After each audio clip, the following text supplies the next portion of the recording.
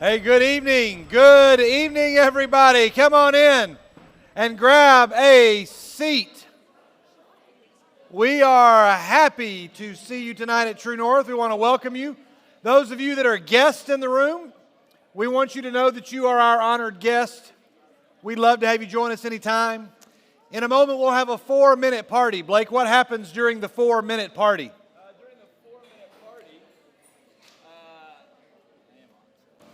During the 4-minute party, we will get out. There will be a song. If you're a guest, you'll come up here and meet some of our folks, and you'll get a gift card, and you'll sign out a visitor form if you're new. The gift card's to ice cream, so if you want ice cream, I would come meet some people. And then it just gives us a chance to kind of see people we haven't seen throughout the week.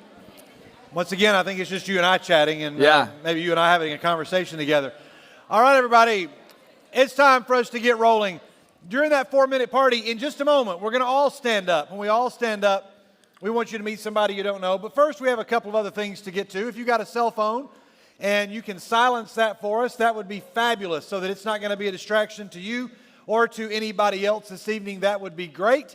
And then we have our QR code. For those of you that are watching online, live online, we want to welcome you. A lot of our families, students, folks in other states, family members and friends are watching either now live or watching after the fact. Whatever you're watching, go ahead and get a pic of that QR code, scan it. It'll take you to the form to fill out.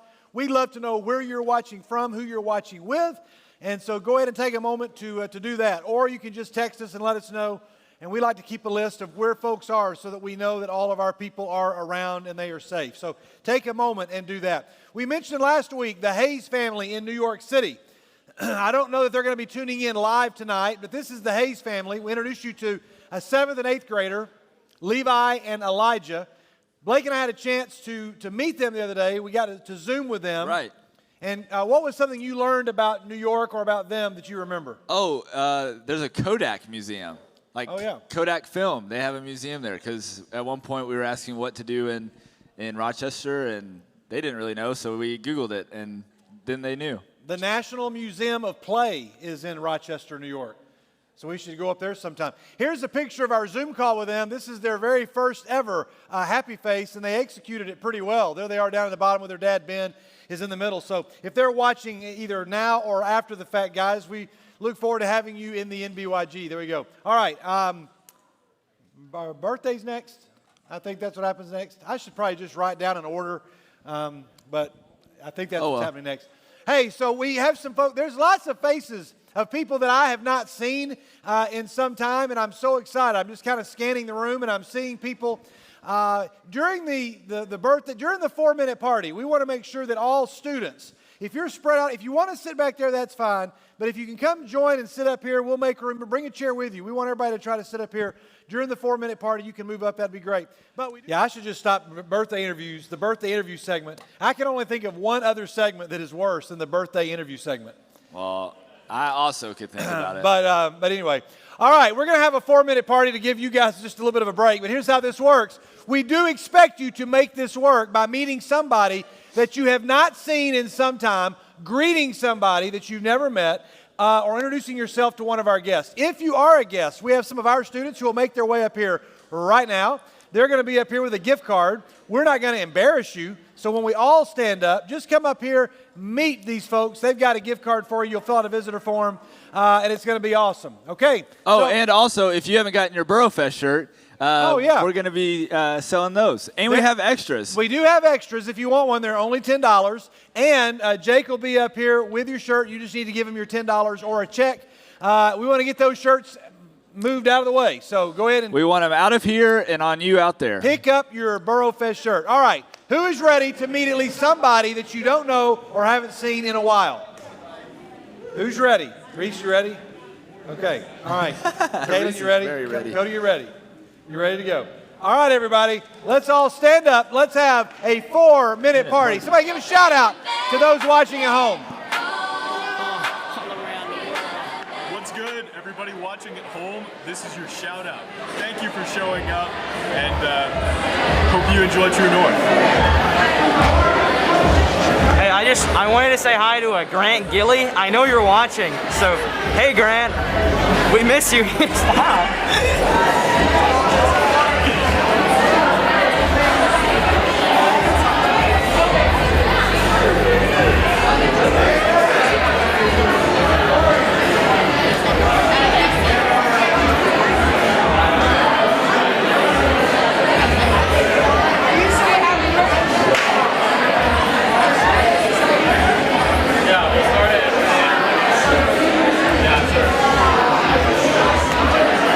Hello again, everyone. How are you guys?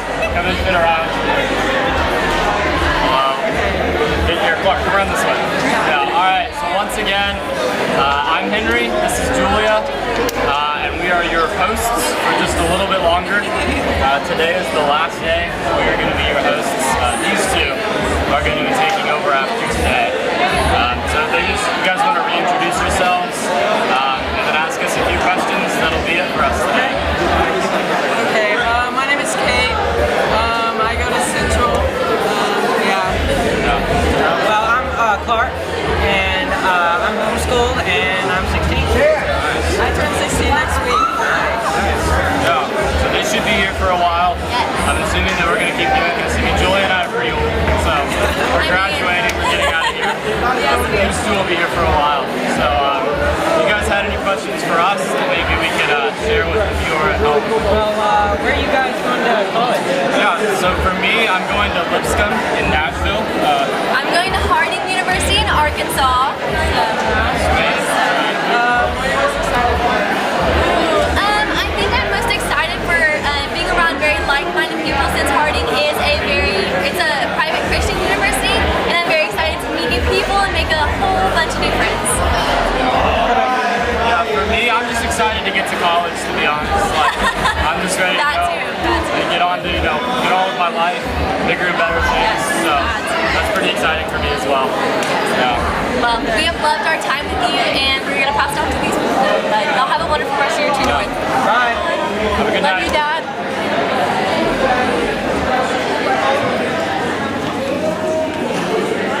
All right, we're gonna try something. We're gonna try something new. I should not do this, but I want you to take about 5 seconds. I want you to look around the room. I want you to make eye contact with somebody that you just greeted or you just met. Look around, find somebody you just met, and give them a thumbs up. Do that right now. Everybody, find somebody you just met.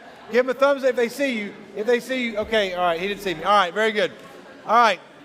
Hey, we're also glad to have with us another special guest. Mackenzie Lanza is here tonight. Mackenzie is right over here. We're glad that Mackenzie is with us. Mackenzie's going to be one of our interns, and she's on spring break, and so she dropped down to visit with us. That's exciting. That's an exciting spring break for a Freed-Hardeman student. All right, here are our pictures of the week. Pictures of the week. I forget what they are even. I always forget what they are. I think I actually know what they are. So I don't the know theme what this they week is outstanding move. Okay. Outstanding move. Anybody familiar with these words used in? I mean, you're familiar with those words. I mean, they're obviously words that people use. But Clark, you're raising your hand. Can you tell me how you're familiar with them? Oh yeah, very good. Okay, so are you the only person that knew that? There's got a couple others. Okay, so I've been practicing this name all day long. Been practicing this name. There is a show in Spain. There is a TV show in Spain that is all about chess. I don't know how to play chess. I don't either. I tried to learn from my friend Randy Taylor, and I fell asleep while I was trying to learn.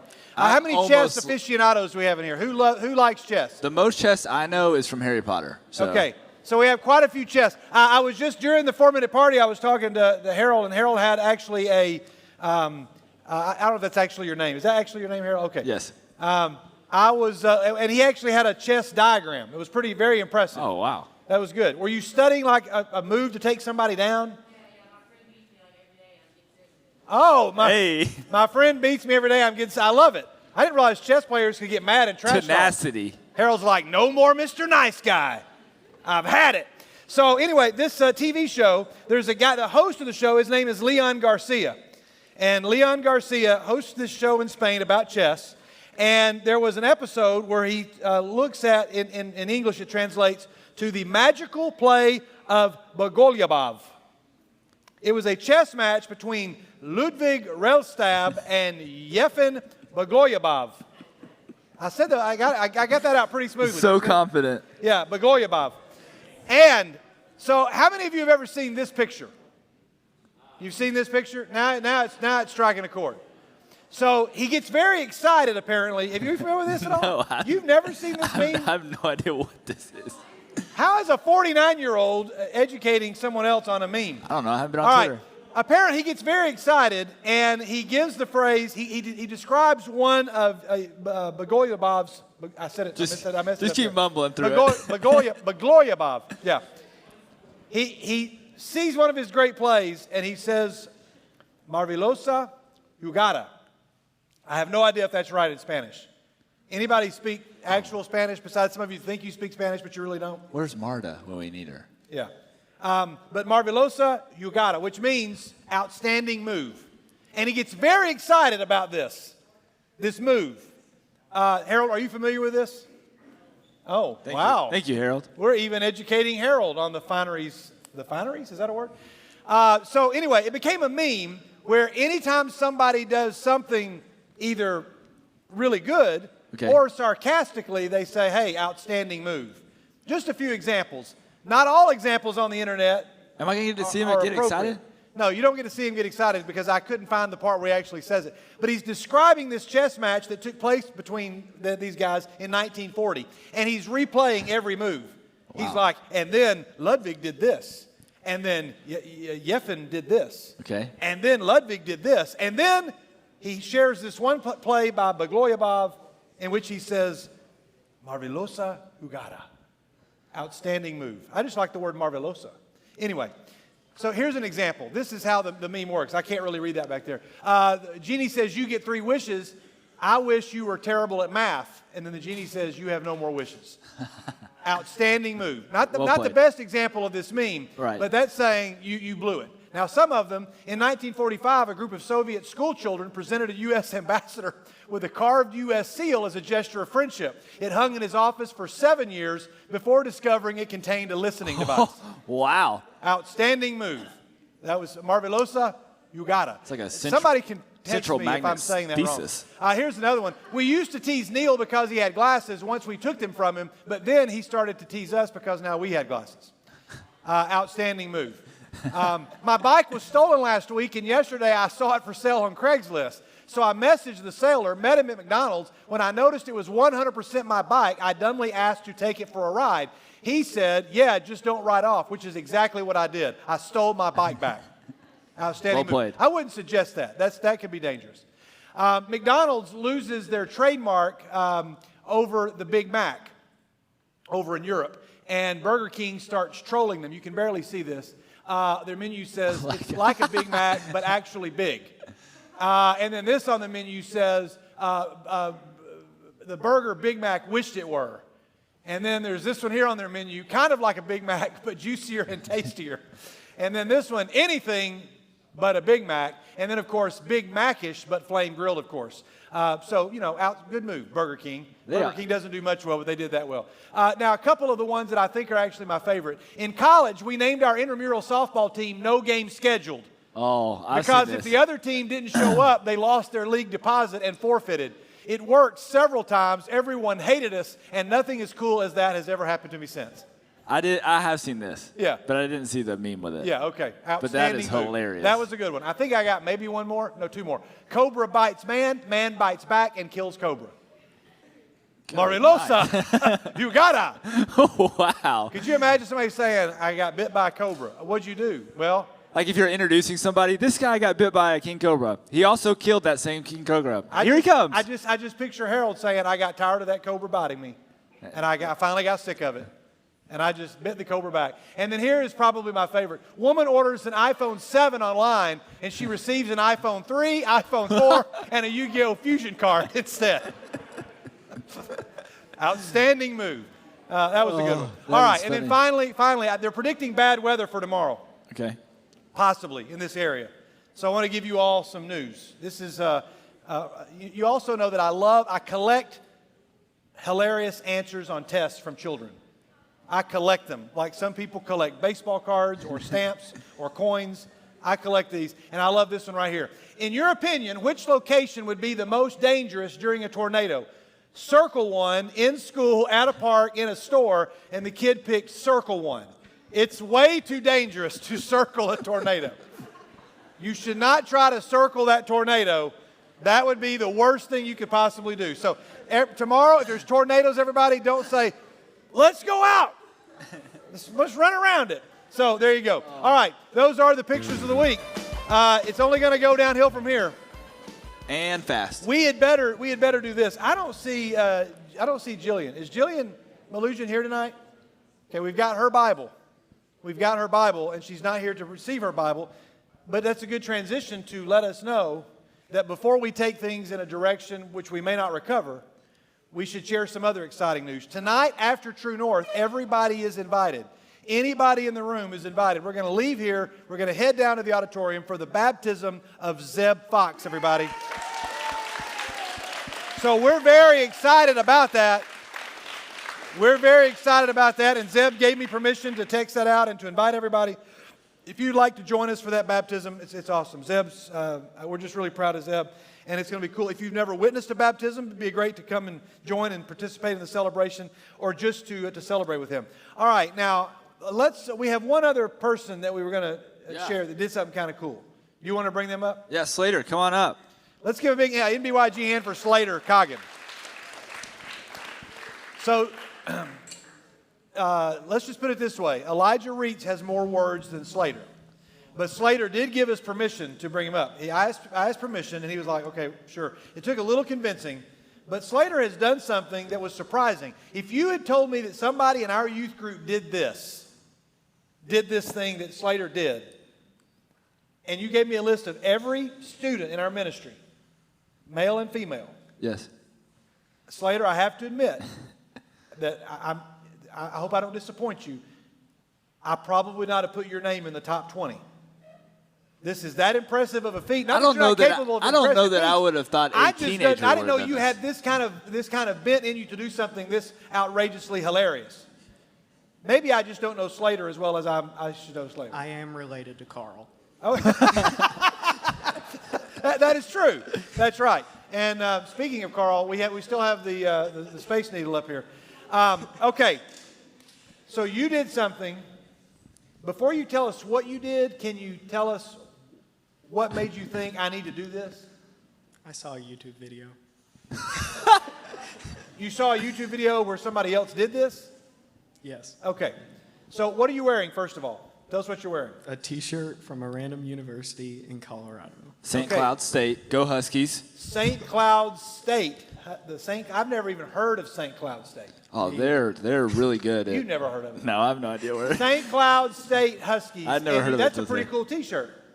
And so you wanted a t-shirt from there, right? But how would one go about that? Yeah, how would you go about that? You go on Reddit, you find a spreadsheet of 1,700 college emails.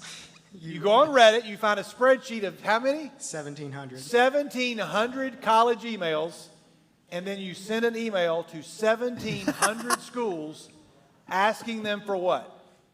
Free merchandise. For free merchandise. And how many have you received? When did you do this? When did you do this? 2 months ago. 2 months ago. All right. How many have you heard back from already? I have heard back from a lot, but I've only received 14 shirts. But You've received 14 shirts. What is the coolest shirt? What university has the coolest shirt? I got one the other day from the U.S. Naval Academy. That was pretty cool. Okay. Did you tell them that you're writing 1,700 schools? No, I BCC'd them all in it. Yeah, okay. Yeah, you should have just said I'm writing 1,700 schools and asking them, let's see where I'm ranking when they come in. Like it should have been a race later. You should have said, this school finished 1,647th. I would be curious, what was the first school to respond? Dallas Baptist University. Dallas DBU. Baptist University, good old DBU. And then, what's the school that you really want to get a shirt from the most? Any SEC school. Any SEC school. Okay, all right, very good.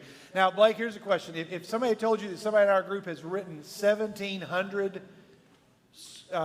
schools for a free T-shirt, who in our group would you think might have done that?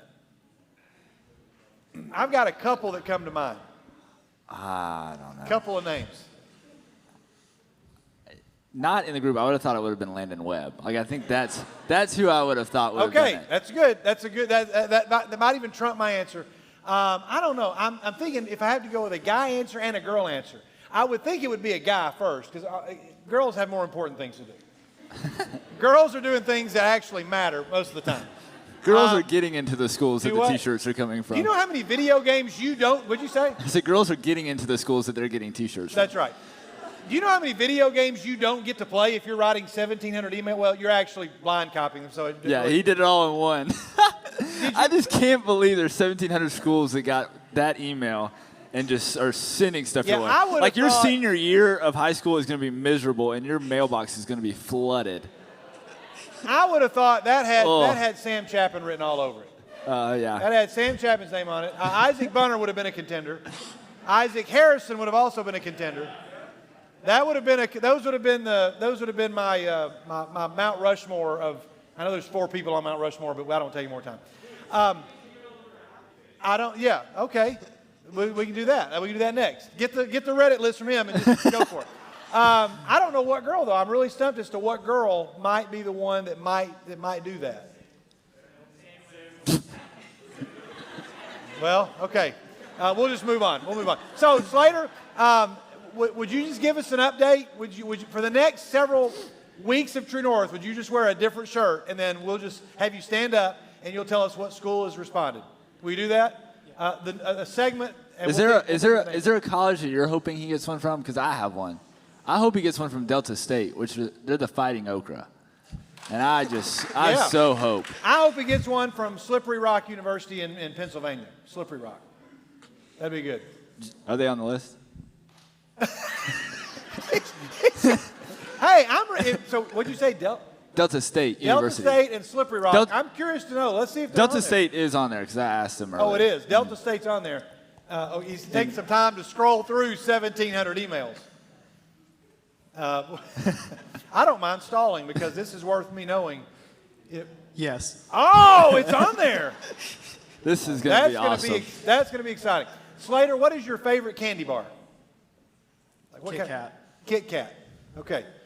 When Slippery Rock sends Slater a T-shirt, Kit Kats for everybody at True North. We're going to give Kit Kats So to everybody. everybody spam Slippery Rock's email and just try to make it happen. I don't care how you go about doing it. I don't care how you go about doing it. That's going to work. Okay, all right. Slater, let's all thank Slater Coggett, everybody. Good job, Slater. Thanks, Slater. Well, so far, all of those segments worked. Is it next? Is it next, Mike? Well, this was fun while it lasted. So far, all of those segments worked, but we're determined. Go ahead, Yes, Mike. we are.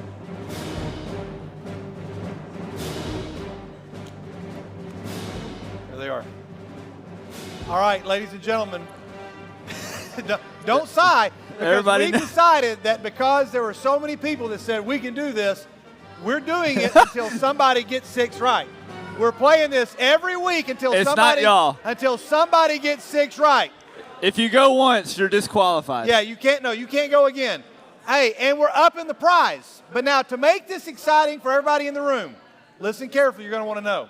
First of all, we're up in the prize for the contestants. So this week, not only do we have two iTunes gift cards, and I told Blake, go get a gift card that surpasses this in value that will be equally as unexciting. And I thought every teen would love to win a $25 gift card to Applebee's. All right. We love All right, Applebee's. a $25 Applebee's gift. So wait a minute. It was discounted. We're putting like- these two together. But you're all asking, what's in it for us? Maybe we should That ask should it be a again. new segment. Maybe this game should just be called What's in it for us?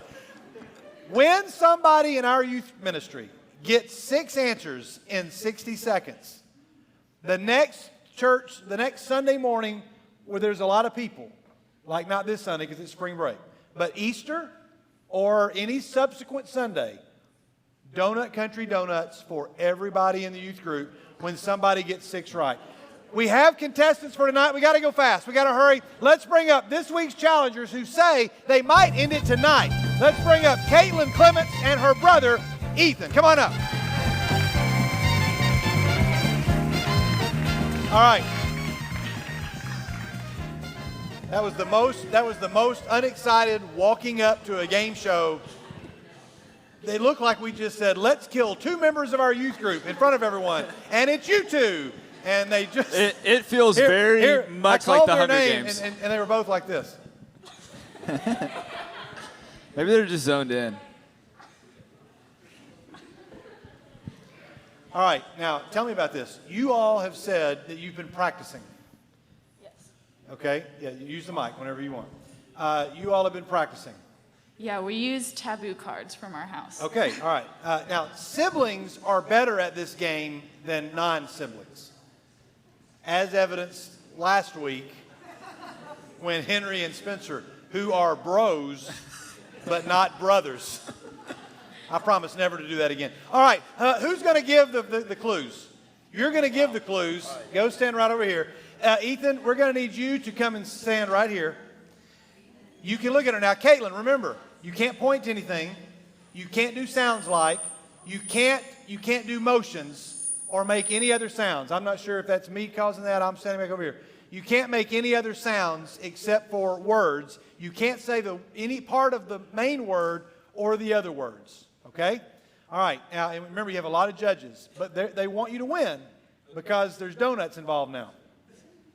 And I frankly don't care if anybody is tired of this segment. We're going to go till somebody gets 6 right because I do think that it's possible to do. Ethan, are you ready? I'm going to show you your first word. Nobody give any clues. Nobody help out. Nobody mouth anything. We don't want to cheat. And you have 60 seconds. That's 10 seconds of words. If you get hung up on one, you can go faster and make up for lost time. Okay. And, okay, so I'm going to show you the first word. You can pass any that you want. Okay? You can pass. All you got to do is say pass and we'll move on. All right. 6 words. This jackpot is yours. And then donuts for everybody. And they're probably going to cheer because you won, because they get donuts, and because we'll retire this game and it may never be played again, ever. Okay, Ethan? Up to you. Ethan, what grade are you in this year? 6th. You're coming into the youth group. You could enter the youth group as a hero. People would say, on 7-Up Sunday, they would say, on 7-Up Sunday, they will say, when they hand you your 7-Up bottle, that's the kid that killed that game. And they will lift you up over their shoulders, and they will sing songs to you. Zach, is she blocking the view? Can you still see all right? We good? Okay, so just stand right. Okay, right, here we go. All right, here's your first word. You've had plenty of time to look at it. So ready? And go. Okay, if you take toilet paper and you put it all around someone, what do they look like? A mummy. Yes. Okay, if your head is on a pillow, what are you generally doing? Sleeping. If you are making, Flour. if you're loud while you're doing that, what are you doing? Okay, go to the next one. Okay. Ooh, okay, so if you have, that's on it, turn it. I don't know what I'm saying. Next one. We'll pass. No, he doesn't know that. Next. Okay, let's see. If you are going, ew, that's gross, and it has poop and pee in it, and it's on an infant, what is it? Yeah. Diaper? Yes. 2. Oh, okay, so if I'm amused by something, we did this one earlier. I'm amused by something. Laughter? Yes, why am I doing that? Because it's funny. Because someone told a... Joke. Yes. Okay, we got 3 words. You got 3 words. Now, that was better than most anybody else has done. That was close. How did y'all get? Oh, you got 4? Okay, good for y'all. All right, they got 3. Now, we can swap. We can swap, and you're going to try to give again. This is it. You get 1 shot each. All right, now, we're not using this word. She already saw this word, so we're not using this word, okay? we're going to go to the next word. All right, Kaylin, are you ready? Ethan, you can pull your mask down if you want so she can hear you. And you can use the mic. All right, are we ready to go? Ethan, you're good. I'm going to show you the next word and give you a chance to look at it. You can pass at any time. Remember the things you cannot do, okay? Hopefully the thing you can do is get 6 right in 60 seconds, because if you do, jubilation will ensue, okay? And there'll be a plaque put up with your name and face on it in this building. Okay, are you ready? All right. Kaylin, listen very carefully to your brother. And go.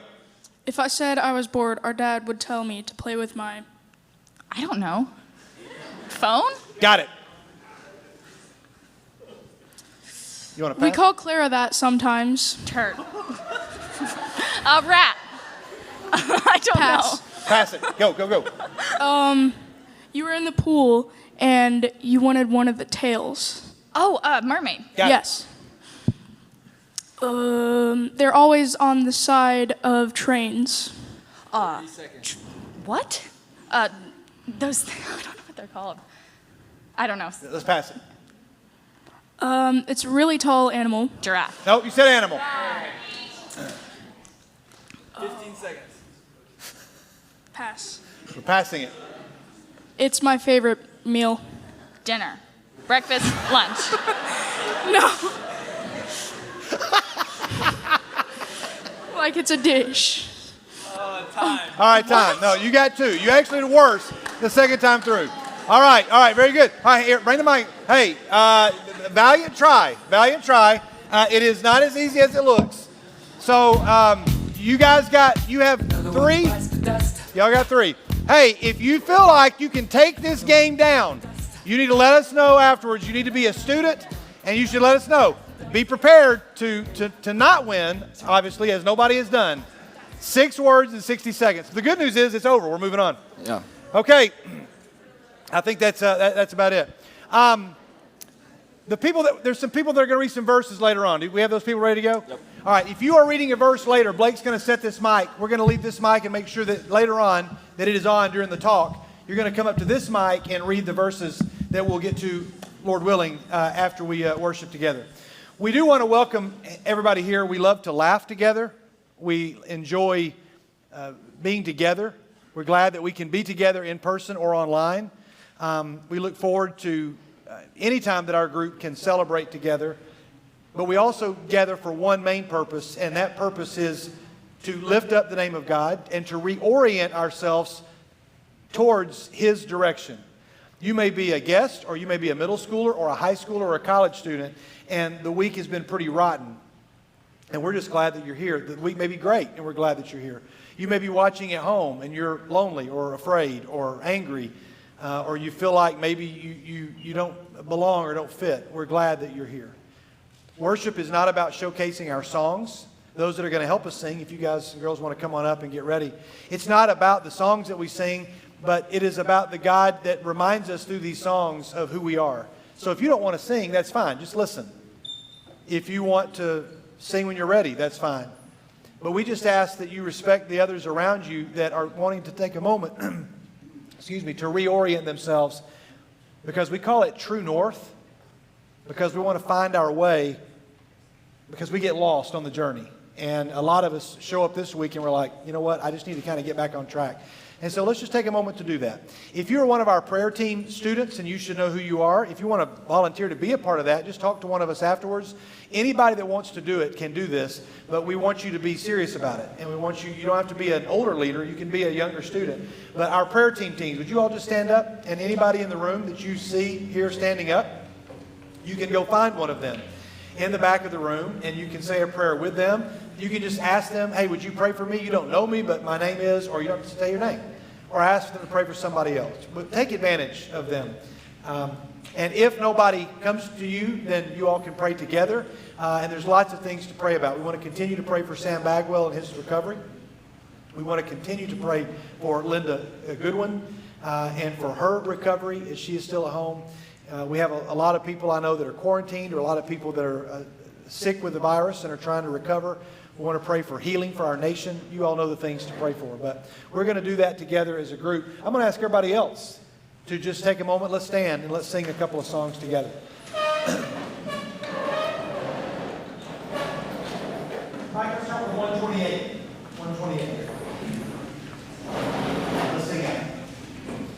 turn the monitor on back here in the back. I can't see the instrument.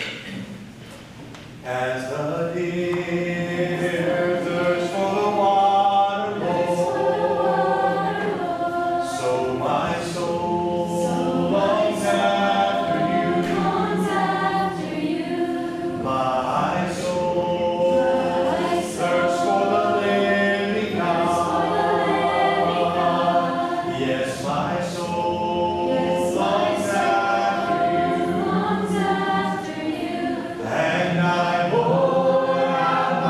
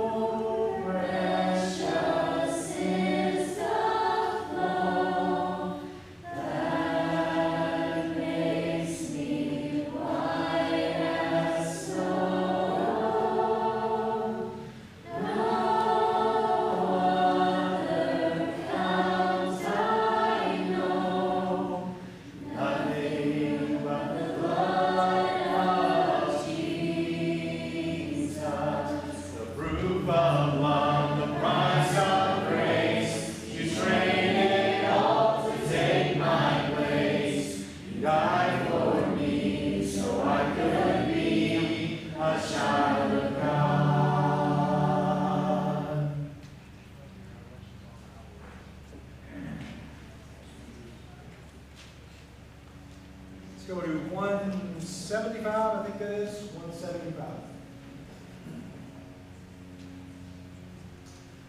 There's a peace I've come to know, though my heart and flesh may fail. There's an anchor for my soul. I can say it is well. Jesus has overcome, and the grave is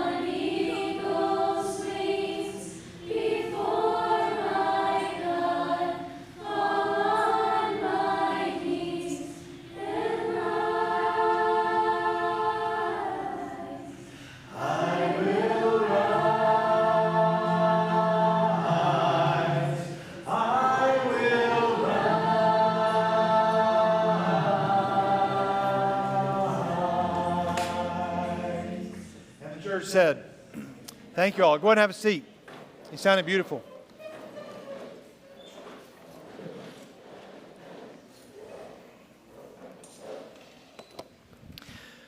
For those that may now just be tuning in, or for those of you that may have scrolled on ahead through the worship or our other shenanigans, we want to welcome you once again to True North. Those of you that are in person, we want to ask you to get your Bible. If your device cannot be a distraction to you or somebody else and you want to use that as a Bible, of course, that's fine. But I want you to go to Ecclesiastes chapter 7. We're almost now we really are at the halfway point. We might accelerate the rest of this series, and I don't know, we're certainly going to finish it before the end of the school year. But I want to take you into Ecclesiastes chapter 7. How many of you spend any time on IMDb, the Internet Movie Database? Oftentimes, somebody just raise your hand. You don't need to come to a microphone, but somebody tell me, and I'll repeat for those watching at home, what's the main reason that you go to IMDb? I'm not looking for everybody, but what's the main reason that maybe you go? Caroline? To figure out an actor's name, okay? Aubrey? Okay, to find a movie playlist by a theme. Somebody else, Isaac? Okay, to see what's in a movie before you watch it, all right? Good answer. Yeah, Chance? To see what it's rated out of 100. Okay, how many people have given it a good rating? Cody? Yeah, you can rate a movie. You can give your own rating for a movie on IMDb. What about you, Isaac? Yeah, what else were they in? I've got this thing, and I don't know, it's probably some sort of OCD thing, where if I see somebody in a TV show and I'm like, oh, where do I know that guy from? Where do I know him from? And I try to figure it out, and I just obsess over it until I can get on IMDb, and then I have to find the episode of the sitcom or whatever that they're in right now to then find out, okay, I know they're in this, so if I find out that they're in this, then I can see what else they were in, and I'm like, okay, that's what I know them from. I may know them from several things, but that's one reason. There's some other reasons that people use IMDb. What's another reason? What kind of things can you see about a movie? There's like 4 or 5 major things they give you in every. They give you the cast, they give you the plot, they give you a synopsis. What else do they tell you about a movie? Somebody's got one. Yes, in the back. Is that Joey? I can't see. They give you quotes. All right, so you can look up quotes, famous quotes from the movie. All right, Cody's got one. Soundtrack. It'll tell you all the songs in the soundtrack. All right. Do what? Okay, they can show you the trailer. All right, very good. Landon. Okay, review. Nobody's still got the answer I'm going for yet. Isaac. Okay, directors. Okay, all right. Yeah, they do all these things. I guess I should maybe stop asking questions. They do all these things. You think you got it, Isaac? Do what? Yeah, movies like it. No, that's not it. Do what? Okay, you're getting much closer. Blake's getting closer with trivia. You can look up movie trivia. That's the one I go to the most. I look up trivia about the movie because it'll tell you in this scene, this really happened. Or if you look carefully, you'll see this in the background. I love the trivia. But normally right under the trivia, there's one other segment. What do you got, Joey? Yeah, that's it. They got Goofs, all right? I just randomly picked Jurassic Park. I don't know why. But here, they got trivia, quotes, Goofs. They've got crazy credits. And then, of course, the soundtrack. You can see that. But if you go to the Goofs section, it just shows you some of the mistakes in the movie. Now, I know that Blake happens to think that Jurassic Park is a flawless movie. Oh, you know most of them. You spotted them, or you learned them watching it, or just by researching? Yeah. Like off the stage, but instead it's like a 25-foot drop. Yeah, okay. All right, so let's check these out. For example, Dorothy's pigtails, what are those, pigtails? Her hair changes length throughout the movie. All right? Michael Keaton, in one of the Batman movies, he loses his black eyeliner underneath his mask in Batman Returns. Bella's got a foot that's missing. I don't know what happened to it. It's gone. Her foot is, it's probably curled up underneath her, but it certainly looks like it's missing there. In Gladiator, right? One of the more famous and glaring ones is this moment in Gladiator, or the moment in Gladiator when the chariot falls over and you see the gas canister that made it fall over, and it's left right there in the movie. I love this, and I didn't know this one until today. In Indiana Jones, you'll see in Raiders of the Lost Ark, check out the guy walking there in the T-shirt and blue jeans, just walking through Cairo or wherever they are. He's just walking around in his Old Navy gear. I don't know, Abercrombie clothes. In Hercules, he goes to save Meg in the underworld. Hades and him are standing on a cliff looking down at the dead. And in the next scene, Hercules can just reach over and touch the water. There they are. He's showing them all the dead souls. And then the next scene, he just reaches over. That's like, it's crazy. There's this scene in High School Musical where there's a camera guy just right there. Like, this is from the movie. The camera guy is there filming the movie. They somehow, like, it's kind of crazy. Who filmed that guy? Like, who's filming that guy? But anyway, that's in the movie. Also in High School Musical, there's, of course, we all know that Troy's shoes change.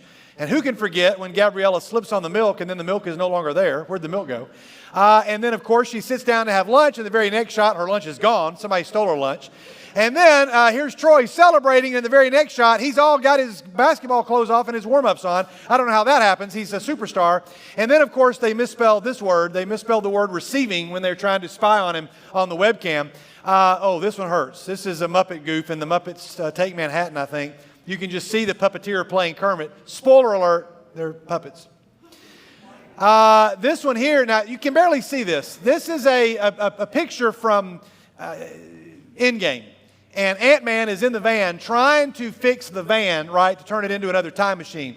As soon as you see that shot, the very next shot you see is Black Panther running with the Infinity Gauntlet, but right behind him is Giant Man, you know, Ant-Man in his giant form, fighting the Chitauri, whatever it's called, Leviathan. I'm sorry, I know those things. But, yeah, so it's like, I don't know how did he get in both places, but anyway. And then, of course, it's not necessarily a goof, but maybe a plot hole. All Doctor Strange had to do was use his sling ring to close a portal around Thanos' hand. Poof, the hand is gone, the gauntlet's removed, movie's over. That'd be a good way. So some people spot goofs. Like in Jurassic Park, there is a potted tree and a stage light available in this particular scene. And then, as Blake has already pointed out for us, the T-Rex steps over the wall, but then minutes later, when the T-Rex pushes the car back over the same wall, it's now a 30-foot drop. I don't know how that happens. I guess there could be a part where it's not so deep. I don't know. And then, yeah, there you go. That gives you a better example of what's going on there. Blake already pointed that out. Boba Fett's antenna keeps switching sides in Return of the Jedi. That bothers Star Wars fans. Then, of course, you've got in The Mandalorian, many of you saw the guy with the jeans in the background, probably the guy walking around in Cairo. He just somehow ended up in the galaxy. But he inspired his own action figure. There's random jeans guy. He's going to get his own action figure. And then, of course, my favorite movie goof from Star Wars is this one, which is well known by most people. But here's the scene. And watch the stormtrooper come in and bonk his head. Oh. He hit his head there, and then you'll see it again here. It shows it. Boom. Oh.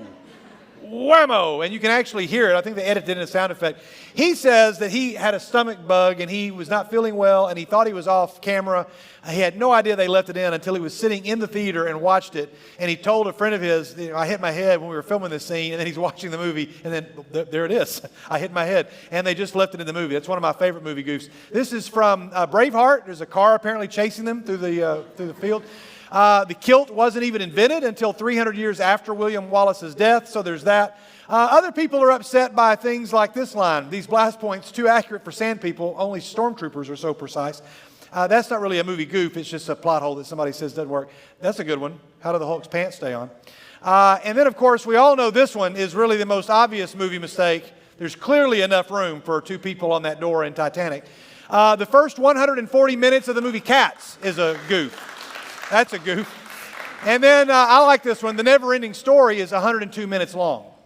So it's in fact a goof. It's not actually never-ending. Though, yeah, I know, it's bad. But those are movie goofs. Now, when you think you've spotted something wrong in a movie, how many of you have ever thought you spotted something wrong and then went to IMDb to report it? Okay. Anybody ever gone and said, I just want to see if anybody else picked up on that? I think I just saw a mistake. I think that just happened. And surely some of you have gone and maybe checked it out. Chapter 7 of Ecclesiastes is going to be a list for you to check your life against. Because Solomon, listen carefully, we've spent 6 chapters, 1, 2, 3, 4, 5, and 6. With Solomon telling us that life under the sun is meaningless. Now remember, life under the sun. His whole point is not that life doesn't matter. His point is if you try to separate life from God, it doesn't matter. Nothing you do is going to last anyway. But he says your life will have purpose and things do matter, but if you try to separate life from God, life is meaningless. it means less, and it has no meaning and no purpose. So he spent 6 chapters telling us that life is a chasing after the wind. It's futile. It's vanity, all these words your Bible uses. But in chapter 6, he changes gears. And he's now going to say, okay, so that's all the bad news. Life, if you try to live life without God, I'm telling you, it's not going to go well. But, and this is where everything turns in chapter 7. Chapter 7 is probably one of my favorite moments of Ecclesiastes because it looks more like one of Solomon's other books, the book of Proverbs. Now, if you ever read Proverbs, you know, and we spent the summer looking at Proverbs. Impact was about Proverbs. If you look through Proverbs, those are just little short little sayings that kind of tell you how to live life. Now, notice they are not rules. Like Proverbs doesn't say if you do this, this is guaranteed to happen. They're more like, precepts. They're not necessarily that if you do this, great things are going to always happen to you. Generally, though, Proverbs says, generally, if you do this, this is how this is going to go. But if you do this, this is how it's going to go generally. If you got it so far, say got it. That's chapters 1 through, that's Proverbs. Chapters 1 through 6 of Ecclesiastes are one thing, and now chapter 7 is different. He is now going to say, here is a list by which I want you to measure your life. So raise your hand if I can use you as an example. I don't want to pick anybody out.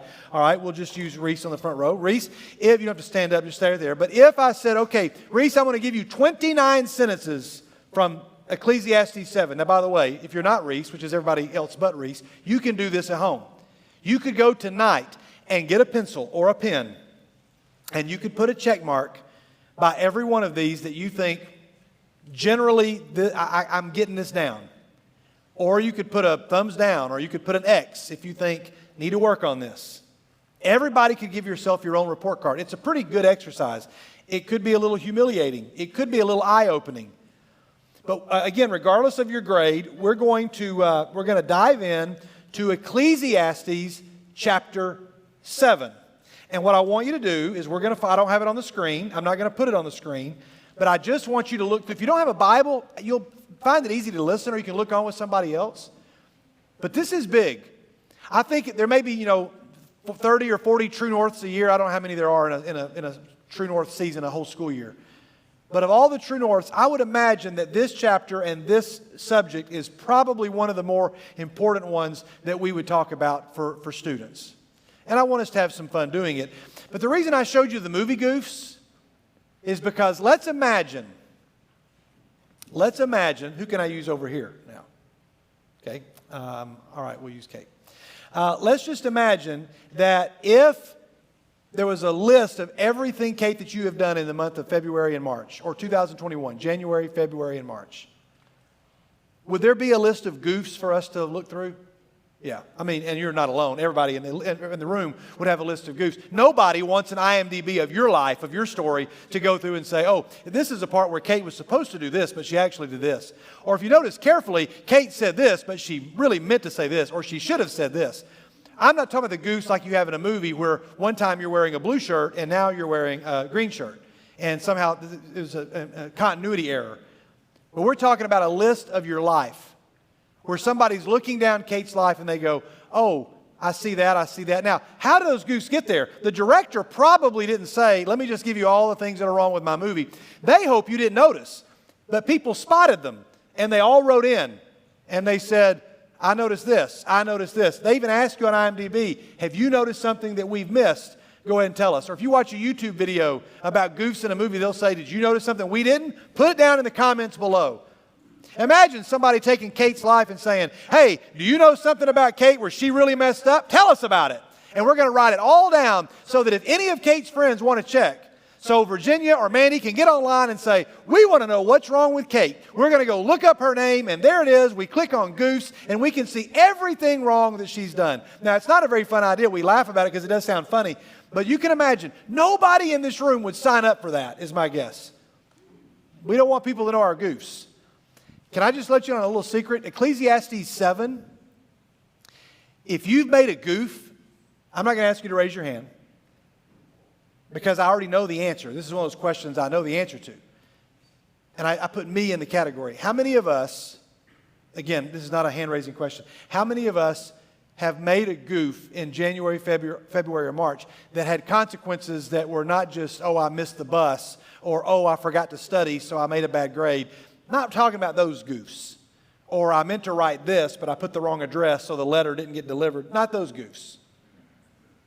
How many of us in January, February, March have made a goof that had a consequences that left us or somebody else in our life kind of wounded and hurt, or a relationship strained, or it brought about shame, or it brought about some sort of humiliation or pain or embarrassment? How many of us have had a goof like that? And if you're thinking, oh no, he knows. You know why I know? Because this room is full of humans and every one of us can raise our hand. So I don't say that to make you feel bad. I say that to say this about Ecclesiastes 7. If you goofed, test me in this. You don't have to come up and tell me afterwards. But your goof is probably covered somewhere in Ecclesiastes 7. Not all of your goofs, not an exhaustive list, but it probably, one of these areas you probably messed up in, and you're going to see it. Now, and I'm not going to say, so when we get to your goof, would you raise your hand when that verse, no, but I just want you to be aware. Does everybody understand what I'm saying? Ecclesiastes 7, think about your life just in the 3 months of this year, and let's walk through Ecclesiastes 7 together. The preacher, Solomon, he's writing about a guy who is collecting all these thoughts, and here are these Proverbs. Ecclesiastes 7 looks more like Proverbs than the rest of the book. Let's just jump in. A good name is better than fine perfume. Let's just stop right there for a second. You're like, okay. A good name is better than fine perfume. I know that the only thing I did not miss about Winterfest, I missed all of Winterfest. I mean, even the things that most people don't miss, I missed. I missed standing outside in line. I missed having to walk up the hill when somebody forgot their badge. I'm sorry, 2 things I didn't miss. There's 2 things I didn't miss. One, I didn't miss Will McKissick setting off the fire alarm at 3 in the morning while I had to get up to go do a talk the next morning. I didn't miss that. But that's okay. What I did not miss, though, the most was the smell of Axe body spray. Not just in our room, but in the hotel or in the convention center in general. Because there are a lot of guys, girls, that just think, I will have 15 more minutes of life to do something hilarious and fun and crazy if I don't use that 15 minutes showering. Who am I kidding? 5 minutes. I'll have 5 more minutes. If I don't take my normal 5-minute shower, I'll have time to do a lot of other stuff. And so I don't have to take a shower because I got this bottle right here. Now, it may not be Axe brand, but it's something. And they just think, a few squirts of this and I'm good to go. Guys, you know you do it. And girls, I mean, I don't know if I can speak for all the ladies. I don't think I can speak for any lady, but I'm guessing that the ladies would say, we're not buying it. It doesn't fool us. Perfume or Axe body spray, works for girls as well, it just covers the smell up. You know, Febreze doesn't really get rid of the problem, it just covers it up. Okay, good, yeah, it does. Now it just smells like a lemony wet cat or something, okay? Febreze doesn't really help, and it just covers things up. Solomon says, hey, a good name. Some of you say, I'll do whatever, and then I'll find a way to cover it up. I'm not talking about Axe body spray or perfume. You're just like, I'm going to find a way to cover it up. Solomon says, you need to know that a good name is much better than fine perfume. So, some of you are like, well, I already found my goof. I did something and I tried to find a way to cover it up, and I just thought, I can just Axe body spray this problem and nobody's going to notice. I'm not talking about, spray. You get it. Not trying to make you feel bad. I'm just letting you know this book is relevant. This book is not designed to make you feel bad. It's designed to say, has this ever happened to you? Then let me tell you how to get out of this mess. This is like the manual to my car, that when the light comes on and I look at it and it tells me, if that light's on, you better do this or there's going to be a problem. So for some of you, I'm not trying to make you feel bad. I'm just a check engine light that says you might need to think about some things. If you're still with me, say I'm with you. Look at verse 2. It's better to go to a house of mourning than to the house of feasting. Now, wait a minute. I don't, like that's already, nobody's going to buy that. I mean, if I said, would you rather go to a party or would you rather go to a funeral? I can guarantee you the answer for most of you in this room is going to be, I want to go to a party. I do not want to go to a funeral. But why does Solomon say it is better to go to a house of mourning than to a house of feasting. He says the day of death, I left out that part, the day of death is better than the day of birth. And you're like, oh, wait a minute. No, this book, I thought it was going to get better. That was depressing. This is even more depressing. It's like saying the day that you die is better than the day like this. That's not what he's saying. Can anybody take a stab? If it's wrong, I don't care. I love wrong answers. If there are real attempts at right answers, I don't mind wrong answers. I love for us to think together. Is there somebody that can say what you think he is trying to say when he says that the day of mourning is better than the day of feasting and the day of death is better than the day of birth? Anybody have any idea what he could possibly mean by that? That is a positive point? Okay, you're making part of my point that this is stymieing. It's challenging. How much do you know about a baby when the baby has been born? When a baby's been born, how much do you know about them? Nothing. I was talking to a new father the other day, and they were showing me their child, and I was like, isn't it weird that you're carrying this creature around for months and months and months, and it can do nothing really. It can look cute, look adorable, and it can poop and pee and make little cooey sounds, but you don't know it. It can't do anything. You know nothing about it. Then it starts to giggle and talk, and then a personality. Parents in the back, right? Wasn't that the coolest thing when your child starts to have a personality and you're like, now I'm learning something about it. You know nothing about the baby. How much do you know about a person when they die? A lot. They've lived, most of the time, not always, they've lived a long life, or they've lived several years, or possibly many years. I think about the funeral that I was both honored and heartbroken to participate in last year when Joe Mays passed away. And I had known for a long time. Joe told me for years that I was going to be a part of that funeral. And I didn't really think about it for a long time. But there were so many things to say about somebody that had lived so long and we knew so much about. We knew all kinds of stuff about Joe. Solomon says, the day of death is better than the day of birth because it is on that day that you know everything important there is to know about a person. He doesn't say it's better to die than to be alive. He's just saying that day is a more significant day because they've lived their potential. They've done all their stuff. It's better to go to a house of mourning than a house of feasting. Yeah, everybody loves a party. He doesn't say it's bad to go to a house of feasting. He just says that when you deal with somebody who is going through the pain of loss, you're going to wake up to life and you're going to realize how important life is. And I guarantee you that there is somebody on every row of this room and at every table who has had to learn this lesson probably in this season of life, if not this last year, but certainly at some point in your life. You've had to learn that. And you sit with somebody who's going through a process of grieving or even just celebrating the life of somebody that they love, that they've lost. That conversation will change you. I'll give you evidence of that in just a minute. But I want to tell you, just to take a time out for a second, because I know it's already depressing, but I'll tell you just a story about this guy. I'll tell you his name in a minute. He woke up one morning in the, I wrote the year down, and I can't remember what year it was. I'm going to find it.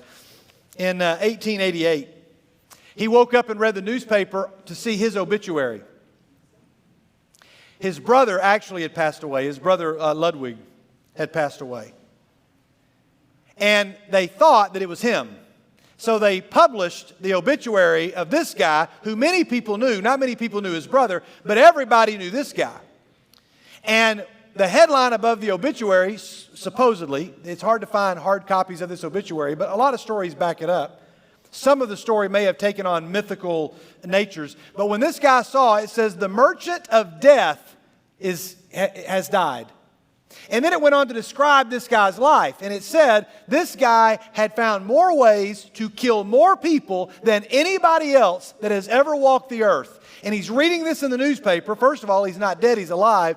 And he sees that and he says, that's not how I want to be remembered. He had, in fact, developed lots of ways of killing people because he had invented TNT, nitroglycerin, and eventually dynamite. But he had invented it as a way of deterring war because he thought when people see how horrible dynamite is, they won't fight. Nobody's going to want to kill somebody else. This will be an instrument that will probably, stop war instead of escalating it. But of course, people abused it, used it.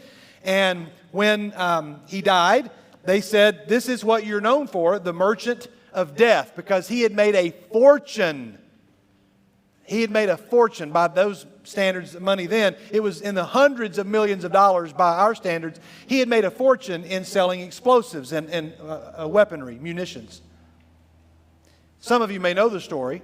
He decided, you know what, I don't want to be known for that. So he went and he rewrote his will. And he said, 98% of my $265 million is going to be left to other groups. And here's the quote. I wrote this down. I want this money to be used for those to be conferred, for those who have served the greatest benefit of mankind. And he said in the area of physics, chemistry, medicine, and literature, I want people to be noted if they have done something to save the most people or to bless the lives of most people. And the fifth of his 5 famous prizes that were developed after his death, here's the quote, will go to the person who shall have done the most or the best work for fraternity between the nations and the abolition or reduction of armies and the formation of spreading peace. Who is this guy? Yes, Alfred Nobel. Wakes up, reads his own obituary because his brother died. They thought it was him. And so they published his own obituary, and he had the honor or privilege of reading what people thought about him. And he said, that's not how I want to be remembered. I've got to do something. And he rewrote his will, didn't tell anybody. That's why some people say we can't be certain that this is the reason that he went and rewrote everything, but he did tell several people. I don't want to be known as the merchant of death. And I want my name to be associated with people who in these 5 areas of life make life better for other people. So think about it for just a minute. All of you are going to be remembered. I mean, I was at Joe's funeral, and even though there couldn't be a large number of people because of COVID, there were a lot of people tuning in, and everybody that spoke at the funeral, in line, or at visitation, all had something amazing to say about Joe. I mean, I'm like, that's just the way I want to be remembered. If I were to say his name to those of you and those of us who knew him, it's impossible to say his name without and the facial expressions. People would smile instantly, or they would make it was just such a great expression. Let me ask you this question. I want every student to lock in, everybody else too, but would you just think about this for a second? Don't think about you dying. Just think about next Tuesday, and somebody mentions your name. I'm not going to pick on anybody here because I want it to just be your name in your head.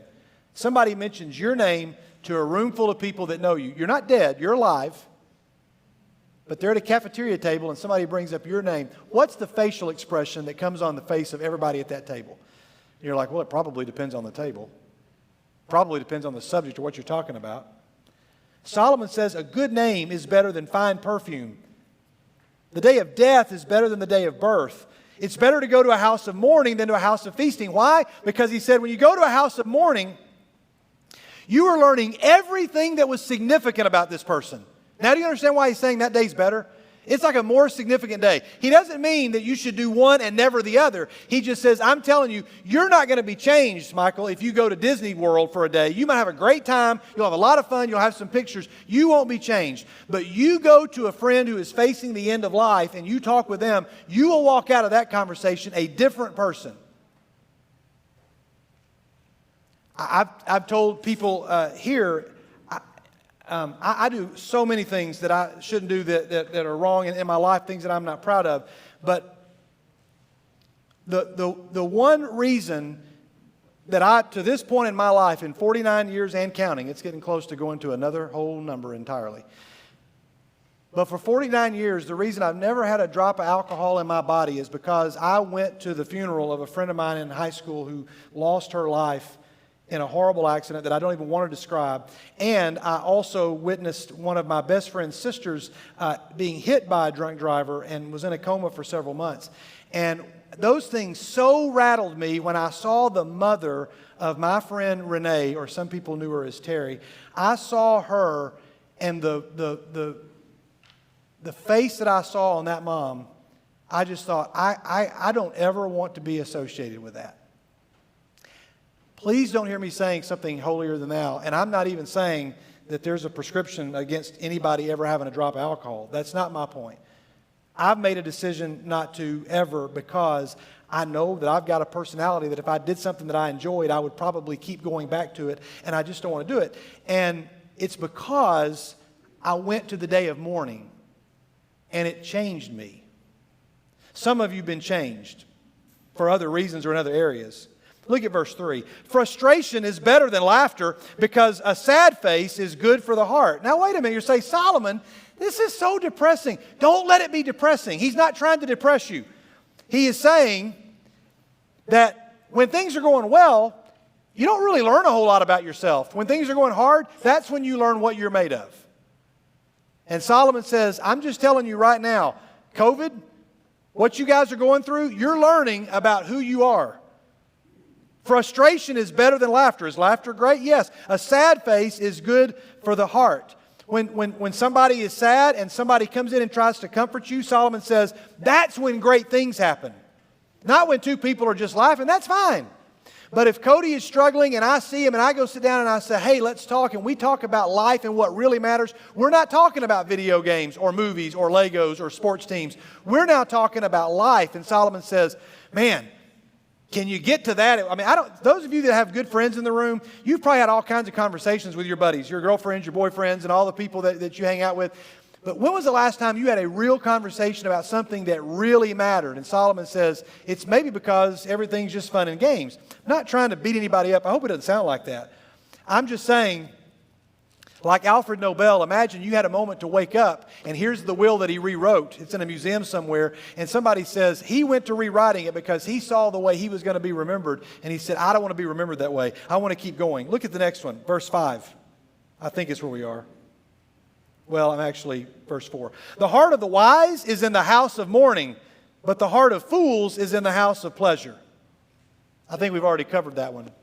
Again, some of the most foundational moments of my life have been when I've sat with people in the house of mourning. When I sat with my friend Paul Hobbenrich, who was in his late 80s and was dying, and a friend of mine in Knoxville called and said, you need to come, and Paul doesn't have long left. And I left on a Wednesday, one of the busiest days of the week, and I said, I'm going to be there. And I got there, we went. Paul had not been conscious. He had not been able to talk very much. But on that day when I showed up, my friend Daniel said he's actually quite awake. We talked for a long time. And when I left, I was trying to fight back the tears because I knew it was the last time I'd ever see him, and I did not want to cry in front of him. And I just said, God bless you, Paul. And Paul said, reached out his hand and he motioned. And he was laying in a bed, could hardly get up, and he walked over, and I said, God bless you, Paul. And I turned to leave, and he motioned, and he pulled me over. He grabbed my shirt. He gently pulled me down, and I've never forgotten it, and I never will. He whispered in my ear, he said, oh, David, he's already done that. And may he do the same for you. And I was forever changed. When I left the hospital with Joe Mays, I walked out, and I knew that it was probably going to be the last time that I would maybe ever speak to him. And I didn't want to really say, goodbye. But I said, Joe, I'm not going to say goodbye. I'm just going to tell you that I love you. And he said, and I'm forever changed, he said, I'll see you up yonder. And I mean, for the last 3 months, anytime anybody has used the word yonder, which I've only heard, a few times when I've kind of left the boundaries of the county. No offense to all of the great people that live outside the boundaries of the county. I love that word. The reason I love that word is because whenever I hear the word yonder, when somebody goes, oh, it's over yonder, I'm like, oh, that's where Joe is. They say, yep, we're going to go down yonder. I go, oh, yeah, I know where yonder is. How do you get to yonder? I just look for Joe. That's where Joe is. Now, was that day sad? Yes, but I was changed. Way more changed than the day that I watched my team win a football game. I enjoyed that day too. It was fun. I was with friends. I was with people that I loved. But I wasn't a changed person like I was the other day. Is everybody with me? Let's keep going because I want to make sure we get to this point because this is a big one. Verse 5. It's better to heed the rebuke of a wise person than to listen to the song of fools. Like the crackling of thorns under the pot, So is the laughter of fools. Oh, this is a big one. Now, if you hadn't checked off your goof yet, this is probably here. Listen carefully. Man, there's some nights that I know that we're like, there's some nights that I feel like maybe I leave you feeling like, oh man, you were wagging a finger. If I ever do that, come and let me know, because I don't know that I ever want to wag a finger. So please forgive me if I'm doing that.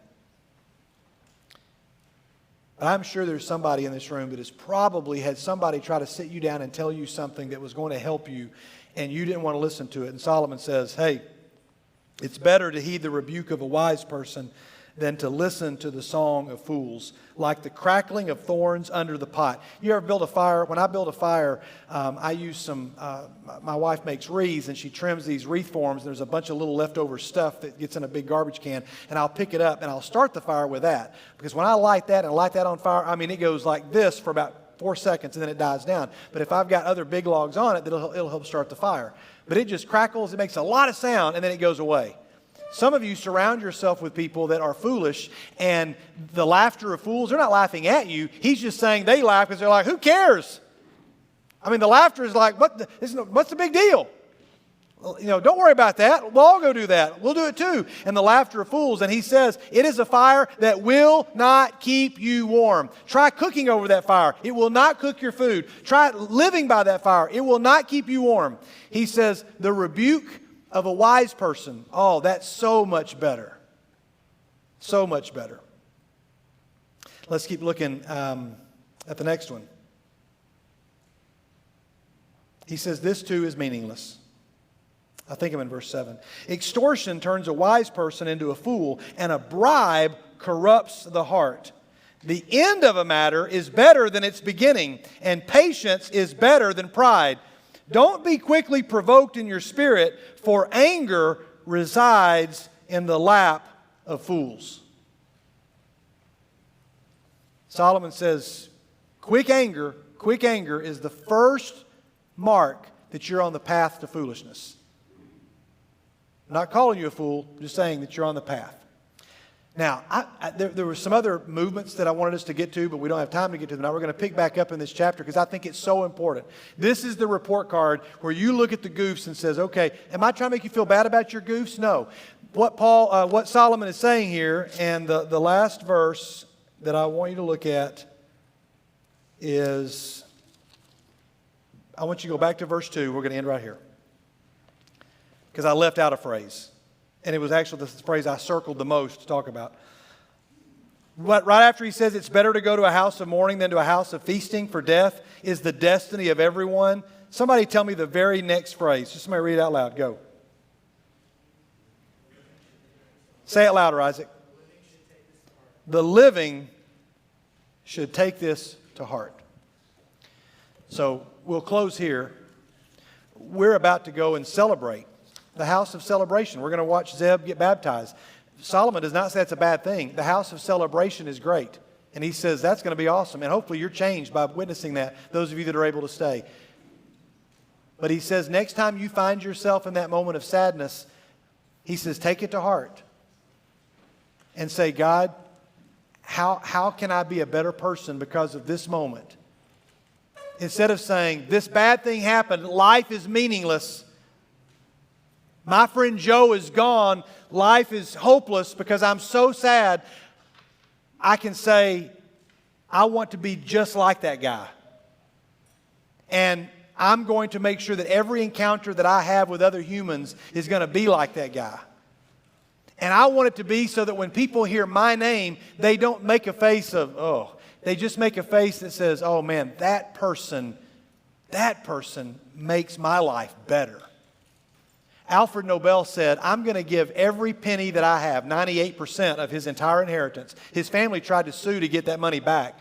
But he said, I want every penny that I've made to go to those people in these 5 areas who have made life better.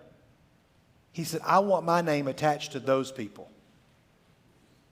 I want my name attached to those people. I hope that makes sense for you tonight. The rest of this chapter is equally as impactful, at least to me, and I hope you'll come back to hear it. We're not going to meet next week. spring break. We are going to take a 1-week break. And if some of you want to get together on your own, get together in D groups or get together, then I invite you to do that. We're not going to be in here for 1 week. We're going to come back a week later. If you got it, say got it. I'm going to say a prayer for us, and then we're going to head out and head straight down to the auditorium. If you need me or wanted me to meet a guest, I want to meet you if you were a guest. I had a great conversation last week with some folks that were visiting, and I was blessed for it. It was one of my favorite parts of True North last week. But I'm going to have to take off and go down and get ready for this baptism, and we'd love for everybody to come with us and to celebrate. If you can't, that's fine. You might want to text your parent, though, and let them know. And say, Mom, Dad, I'm going to be a little late if you're driving. Or, Mom, Dad, can you wait a second? We don't want parents coming in here as they've done before and be like, where'd everybody go? They're all gone, and where's my child? So make sure you let your parents know where you are if you're going to the baptism. God, I thank you for tonight. I thank you for Ecclesiastes 7. And God, I don't want us to think about our goofs, but I want us to realize those parts of our lives where we fall short of who you designed us to be, not who you expect us to be, but who you made us to be. And you want us to live up to that potential so that when that day comes for all of us and we're no longer here, people will look back and say, that is a person who made life better for everybody around them. God, I thank you for Zeb and for the decision that he has made to give his life to you and to take that first step on a path to greater wisdom. And God, I thank you right now for those young men around him that are peers of his. I thank you for the Pauls in his life that are going to be older than him. And I thank you for the Timothys in his life that you'll bring into his circle that will mentor, that he can mentor and pour into. And may that start now, so that 100 years from now, when people think about Zeb, they will be able to know all of the amazing accomplishments that he did in the lives of other people.